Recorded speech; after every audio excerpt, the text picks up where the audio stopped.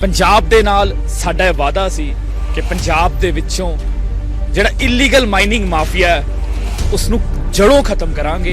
पहला तो सी कि थल्लों तो लैके उपर तक सब दा हिस्सा सी उस पूरी खड्ड दे उत्ते सीसीटीवी कैमराज लैके आ रहे। बहुत वड्डा चैलेंज है कि इलीगल माइनिंग खत्म भी करनी है ते नाल पंजाब च रेता सप्लाई भी देना।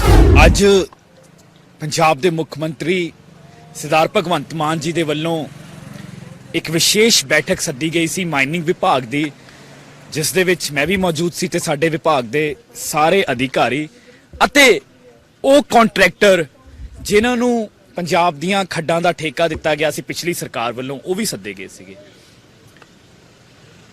सानूं अपने वादे याद है ते भगवंत मान जी दे वल्लों अज मीटिंग दे विच उही गल्लां दोहराईयां गईयां जो इलैक्शन तो पहलां करदे सी।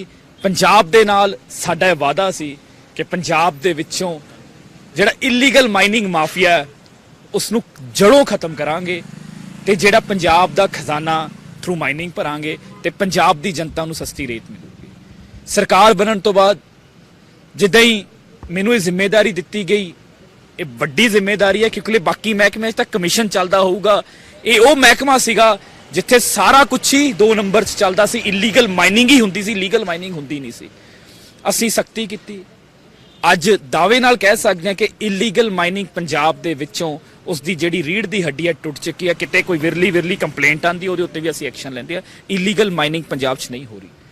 उस तो बाद चुनौती ये सी कि हाँ पंजाब दे विच डिवेलपमेंट दा काम नहीं रुकना चाहिए। लोकां ने मकान बनाने, घर बनाने, सड़कां बननियां, बिल्डिंगां बननियां, इमारतां बननियां, रेता बजरी भी मिलना चाहिए। ਅਸੀਂ ਪਿਛਲੇ ਕਈ ਦਿਨਾਂ ਤੋਂ ਮੁੱਖ ਮੰਤਰੀ ਸਾਹਿਬ ਦੇ ਨਿਰਦੇਸ਼ਾਂ ਦੇ ਉੱਤੇ ਕੰਮ ਕਰ ਰਹੇ ਸੀ ਤੇ ਜਿਹੜੇ ਠੇਕੇਦਾਰਾਂ ਨੇ ਉਹ ਖੱਡਾਂ ਲਈਆਂ ਸੀ ਉਹਨਾਂ ਨੂੰ ਕਿਹਾ ਗਿਆ ਕਿ ਵੀ ਲੀਗਲ ਮਾਈਨਿੰਗ ਜਿਹੜੀਆਂ ਲੀਗਲ ਖੱਡਾਂ ਦੀ ਨਿਲਾਮੀ ਪਿਛਲੀ ਸਰਕਾਰਾਂ ਨੇ ਕੀਤੀਆਂ ਉਹਨਾਂ ਦੀ ਡੀਮਾਰਕੇਸ਼ਨ ਕਰਵਾਈ ਗਈ, ਉੱਥੇ ਝੰਡੇ ਲਗਵਾਏ ਗਏ ਤੇ ਉਹਨਾਂ ਠੇਕੇਦਾਰਾਂ ਤੋਂ ਉੱਥੇ ਕੰਮ ਕਰਵਾਇਆ ਜਾ ਰਿਹਾ ਤੇ ਲਗਾਤਾਰ ਪੰਜਾਬ ਦੇ ਵਿੱਚ ਰੇਤੇ ਦੀ ਸਪਲਾਈ ਵੱਧ ਰਹੀ ਹੈ। ਮੈਂ ਇੱਕ ਖੱਡ ਆਪ ਮੋਨੀਟਰ ਕਰ ਰਿਹਾ। ਮਾਨ ਸਾਹਿਬ ਦੇ दिशा निर्देशों के उत्ते हर खड्ड के उत्ते साडा एक जेई लग चुकिया। जिहड़ा भी टिप्पर सड़क ते जांदा वो वेव ब्रिज तो लंघ के उहदी फोटो खिंची जाती है। तो तुहानूं दस दईए कल पंजाब दे विच रिकॉर्ड 60,000 मैट्रिक टन जिहड़ा है एक्सट्रैक्शन हुई है तो अज तक पंजाब जिन्नी लीगल एक्सट्रैक्शन हुई है 75,000 हुई सी।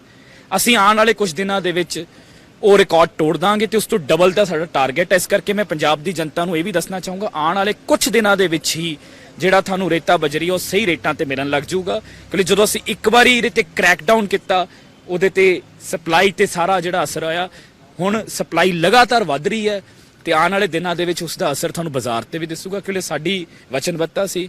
ਦੂਜੀ ਗੱਲ ਅਸੀਂ ਨਵੀਂ ਟੈਕਨੋਲੋਜੀਜ਼ ਲੈ ਕੇ ਆ ਰਹੇ ਕਿਉਂਕਿ ਹਜੇ 10 ਮਹੀਨੇ ਦਾ ਸਮਾਂ ਪਿਆ। ਮਾਈਨਿੰਗ ਪਾਲਿਸੀ ਦੇ ਉੱਤੇ ਕੰਮ ਚੱਲ ਰਿਹਾ, ਬਹੁਤ ਇਮਾਨਦਾਰੀ ਨਾਲ ਬਹੁਤ ਮਿਹਨਤ ਦੇ ਨਾਲ ਜਿਹੜੀ ਨਵੀਂ ਮਾਈਨਿੰਗ ਪਾਲਿਸੀ ਬਣੂਗੀ ਉਹਦੇ ਤੇ ਕੰਮ ਚੱਲ ਰਿਹਾ। ਪਰ ਕਿਉਂਕਿ ਠੇਕੇ ਦਿੱਤੇ ਹੋਏ ਸੀ ਇਹਨਾਂ ਨੂੰ ਵੀ ਉਸੇ ਸਿਸਟਮ ਨੂੰ ਲੀਗਲ ਤਰੀਕੇ ਨਾਲ ਚਲਾਉਣਾ। ਕਿਉਂਕਿ ਪਹਿਲਾਂ ਤਾਂ ਇਹ ਸੀ ਕਿ ਥੱਲੋਂ ਤੋਂ ਲੈ ਕੇ ਉੱਪਰ ਤੱਕ ਸਭ ਦਾ ਹਿੱਸਾ ਸੀ, ਉਹ ਸਭ ਕੁਝ ਕੱਟ ਕੇ ਹੁਣ ਆਮ ਲੋਕਾਂ ਨੂੰ ਜਿਹੜਾ ਹੈ ਸਸਤਾ ਰੇਤਾ ਤੇ ਉਹ ਲੀਗਲ ਠੇਕੇਦਾਰਾਂ ਤੋਂ ਕੰਮ ਕਰਾਉਣ ਦੇ ਲਈ ਅਸੀਂ 2 ਚੀਜ਼ਾਂ ਨਵੀਆਂ ਇੰਟਰੋਡਿਊਸ ਕਰ ਰਹੇ ਹਾਂ ਜਿਹੜੀਆਂ ਆਉਣ ਵਾਲੇ ਦਿਨਾਂ 'ਚ ਤੁਸੀਂ ਦੇਖੋਗੇ। ਇੱਕ, ਹਰ ਰੇਤ ਦੀ ਖੱਡ ਦੇ ਉੱਤੇ ਬੋਰਡ ਲਾਏ ਜਾਣਗੇ ਕਿ ਸਰਕਾਰੀ ਖੱਡ ਹੈ ਜੀ, ਇਹ ਪਿਛਲੀ ਸਰਕਾਰ ਵੱਲੋਂ ਦਿੱਤੀ ਹੋਈ ਖੱਡ ਹੈ ਤਾਂ ਕਿ ਉੱਥੇ ਦੇ ਲੋਕਾਂ ਨੂੰ ਪਤਾ ਲੱਗ ਜਾਵੇ ਲੀਗਲ ਸਾਈਟ ਹੈ। ਹੁਣ ਹੋ ਕੀ ਰਿਹਾ, ਉੱਥੇ ਜਾ ਕੇ ਵੀ ਕਈ ਵਾਰੀ ਕੋਈ ਬੰਦੇ ਜਾ ਕੇ ਵਿਰੋਧ ਪ੍ਰਦਰਸ਼ਨ ਕਰਦੇ ਆ, ਉਹ ਉੱਥੇ ਬੋਰਡ ਲਾਏ ਜਾਣਗੇ, ਝੰਡੇ ਆਲਰੇਡੀ ਲੱਗ ਚੁੱਕੇ ਨੇ। ਇੱਕ ਉਸ ਪੂਰੀ ਖੱਡ ਦੇ ਉੱਤੇ ਸੀਸੀਟੀਵੀ ਕੈਮਰਾਜ਼ ਲੈ ਕੇ ਆ ਰਹੇ ਹਾਂ ਅਸੀਂ, ਉਹਦਾ ਟੈਂਡਰ ਬਹੁਤ ਜਲਦੀ ਜਾਰੀ ਕਰ ਦਿੱਤਾ ਜਾਊਗਾ। 24 ਘੰਟੇ ਉੱਥੇ ਸੀਸੀਟੀਵੀ ਕੈਮਰੇ ਚੱਲਣਗੇ ਜਿਹੜਾ ਸਿੱਧਾ ਇੱਕ ਸਾਡਾ ਸੈਂਟਰਲ ਕੰਟਰੋਲ ਰੂਮ ਦੇ ਵਿੱਚੋਂ ਅਸੀਂ ਮੋਨੀਟਰ ਕਰਾਂਗੇ ਖੱਡਾਂ ਨੂੰ। ਦੂਜਾ ਉਹ ਕਹਿੰਦੇ ਆ ਜੀ ਕਿਉਂਕਿ ਸਾਨੂੰ ਇਹ ਵੀ ਹੈ ਕਿ ਮਾਈਨਿੰਗ ਦੇ ਨਾਲ ਮਾਨ ਸਾਹਿਬ ਦਾ ਇਹ ਵੀ ਨਿਰਦੇਸ਼ ਹੈ ਕਿ ਅਸੀਂ ਵਾਤਾਵਰਨ ਦਾ ਧਿਆਨ ਰੱਖਣਾ, ਆਪਣੀ ਧਰਤੀ ਮਾਤਾ ਦੇ ਪ੍ਰਤੀ ਜਿਹੜੀ ਸਾਡਾ ਫਰਜ਼ ਹੈ ਉਹ ਵੀ ਨਿਭਾਉਣਾ। ਉਸ ਦੇ ਲਈ ਅਸੀਂ ਡਰੋਨ ਮੈਪਿੰਗ ਉਸ ਦਾ ਟੈਂਡਰ ਬਹੁਤ ਜਲਦੀ ਫਲੋਟ ਕਰ ਦਿੱਤਾ ਗਿਆ। ਮੇਰੇ ਵੱਲੋਂ ਫਾਈਲ ਸਾਈਨ ਕਰ ਦਿੱਤੀ ਗਈ ਹੈ ਮਾਨ ਸਾਹਿਬ ਦੇ ਨਿਰਦੇਸ਼ਾਂ ਦੇ ਉੱਤੇ। ਡਰੋਨ ਮੈਪਿੰਗ ਲੇਟੈਸਟ ਟੈਕਨੋਲੋਜੀ ਹੈ ਜਿਸ ਦੇ ਨਾਲ ਸਾਲ ਦੇ ਵਿੱਚ 4 ਵਾਰੀ ਪਤਾ ਲੱਗੂਗਾ ਕਿ ਉਸ ਖੱਡ ਦੇ ਵਿੱਚੋਂ ਕਿੰਨਾ ਮਾਲ ਨਿਕਲਿਆ, ਤਾਂ ਕਿ ਜੇ ਅਗਰ ਉਹ ਕੰਟਰੈਕਟਰ ਤੈਅ ਕੁਆਂਟੀਟੀ ਤੋਂ ਵੱਧ ਮਾਲ ਕੱਢਦਾ ਤਾਂ ਉਹਦੇ ਖਿਲਾਫ ਅਸੀਂ ਐਕਸ਼ਨ ਲਵਾਂਗੇ। ਜੇ ਅਗਰ ਆਲਰੇਡੀ ਉੱਥੋਂ ਪਹਿਲਾਂ ਹੀ ਬਹੁਤ ਜ਼ਿਆਦਾ ਮਾਲ ਕੱਢਿਆ ਜਾ ਚੁੱਕਿਆ ਫਿਰ ਅਸੀਂ ਕੋਈ ਹੋਰ ਸਾਈਟਾਂ ਲਵਾਂਗੇ ਤਾਂ ਜੋ ਵਾਤਾਵਰਨ ਦਾ ਨੁਕਸਾਨ ਨਾ ਹੋ ਸਕੇ।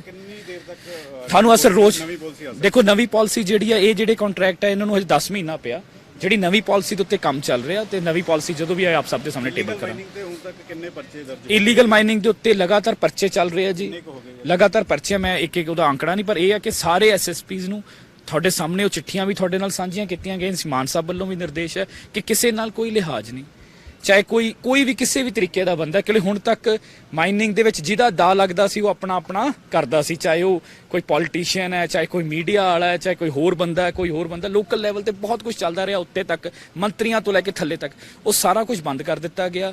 ਜਿਹੜਾ ਗੁੰਡਾ ਪਰਚੀ ਸਿਸਟਮ ਸੀਗਾ ਉਹ ਪੰਜਾਬ 'ਚੋਂ ਖਤਮ ਕਰ ਦਿੱਤਾ ਗਿਆ, ਵੱਡੀ ਕਾਰਵਾਈਆਂ ਹੋਈਆਂ। ਹੁਣ ਵੀ ਜੇ ਕਿਤੇ ਵੀ ਕੋਈ ਕੰਪਲੇਂਟ ਆਂਦੀ ਹੈ ਉਸ ਦੇ ਖਿਲਾਫ ਐਕਸ਼ਨ ਲਵਾਂਗੇ ਤੇ ਜਿਹੜੀ ਆਪਣੀ ਲੀਗਲ ਖੱਡਾਂ ਹੈ ਉਸ ਦੀ ਅਸੀਂ ਜਿਹੜੀ ਜਾਣਕਾਰੀ ਹੈ ਉਹ ਹਰ ਐਸਐਸਪੀ ਹਰ ਡੀਸੀ ਨਾਲ ਸਾਂਝੀ ਕਰ ਦਿੱਤੀ ਹੈ। ਉੱਥੇ ਬੋਰਡ ਲਾਏ ਜਾਣਗੇ ਤਾਂ ਜੋ ਲੀਗਲ ਮਾਈਨਿੰਗ ਚੱਲਦੀ ਰਹੇ, ਕਿਉਂਕਿ ਸਾਡਾ ਇਹ ਮੇਰੇ ਲਈ ਬਹੁਤ ਵੱਡਾ ਚੈਲੰਜ ਹੈ ਕਿ ਇਲੀਗਲ ਮਾਈਨਿੰਗ ਖਤਮ ਵੀ ਕਰਨੀ ਹੈ ਤੇ ਨਾਲ ਪੰਜਾਬ 'ਚ ਰੇਤਾ ਸਪਲਾਈ ਵੀ ਦੇਣਾ। ਉਸ ਦੇ ਉੱਤੇ ਕੰਮ ਚੱਲ ਰਿਹਾ, ਦਿਨ ਰਾਤ ਕੰਮ ਚੱਲ ਰਿਹਾ, ਬਹੁਤ ਜਲਦੀ। ਬਿੱਲਾਂ ਨੂੰ ਲੈ ਕੇ ਬੜੇ ਸਵਾਲੀਆ ਨਿਸ਼ਾਨ ਖੜੇ ਬਸ ਥੈਂਕ ਯੂ। ਅੱਜ ਦਾ ਮੀਟਿੰਗ ਮਾਈਨਿੰਗ